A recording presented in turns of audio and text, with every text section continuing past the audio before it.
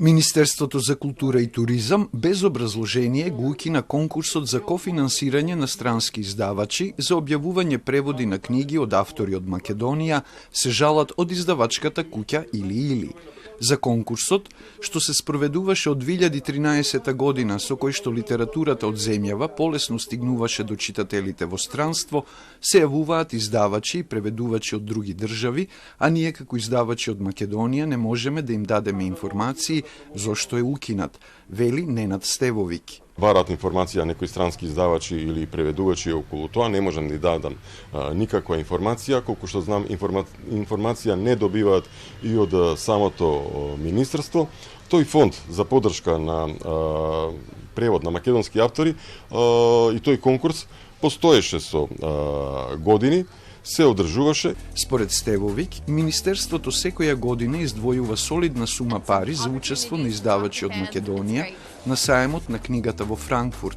Тоа е убава презентација на нашето литературно творештво, но е во спротивност со укинатиот конкурс за кофинансирање преводи на дела од домашни автори од странски издавачи, смета тој.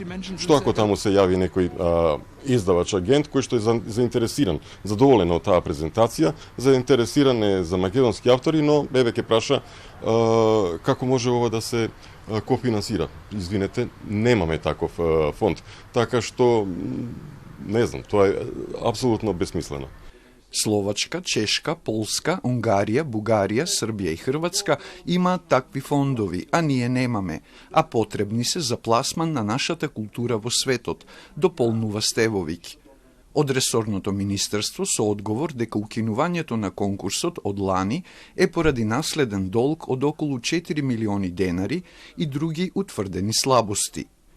При претходниот начин на спроведување на конкурсот не било водено доволна сметка за фискалните импликации врз буџетот, поради што Министерството за култура и туризам наследи долг од околу 4 милиони денари.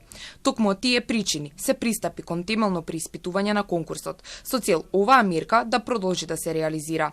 Исто така, извршената анализа покажа и други слабости во неговата примена, меѓу кои повторливата поддршка на исти автори, како и финансирање дела што не припаѓаат во областа на културата и не соодветствуваат на основната цел на конкурсот.